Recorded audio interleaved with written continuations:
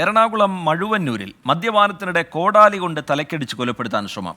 ഗുരുതരമായി പരിക്കേറ്റ പ്രവീൺകുമാറിനെ ആശുപത്രിയിൽ പ്രവേശിപ്പിച്ചു. 2 സുഹൃത്തുക്കൾ പിടിയിലായിട്ടുണ്ട്. വിഷ്ണു സുരേഷ് ചേരുന്നുണ്ട് വിവരങ്ങളുമായി കൊച്ചിയിൽ നിന്ന്. വിഷ്ണു, വിവരങ്ങൾ എന്താണ്? പോലീസ് പറയുന്നത് എന്താണ്? വിഷ്ണു, ഇന്നലെ വൈകിട്ടോട്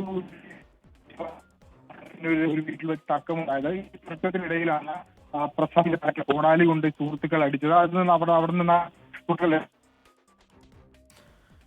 വിഷ്ണു സുരേഷിന്റെ ശബ്ദത്തിൽ ചെറിയ ചില സാങ്കേതിക തടസ്സങ്ങളുണ്ട്. എറണാകുളം മഴുവന്നൂരിൽ നിന്നാണ് ഈ വാർത്ത പുറത്തു വരുന്നത്. മദ്യപാനത്തിനിടെ കോടാലി കൊണ്ട് തലയ്ക്കടിച്ച് കൊലപ്പെടുത്താൻ ശ്രമമുണ്ടായി എന്നാണ് പരാതി. ഗുരുതരമായി പരിക്കേറ്റ പ്രവീൺകുമാർ ആശുപത്രിയിലാണ്. 2 സുഹൃത്തുക്കൾ പിടിയിലായിട്ടുണ്ട്. അതിന്റെ വിശദാംശങ്ങൾ പിന്നീട് പ്രേക്ഷകരുമായി പങ്കുവയ്ക്കാം.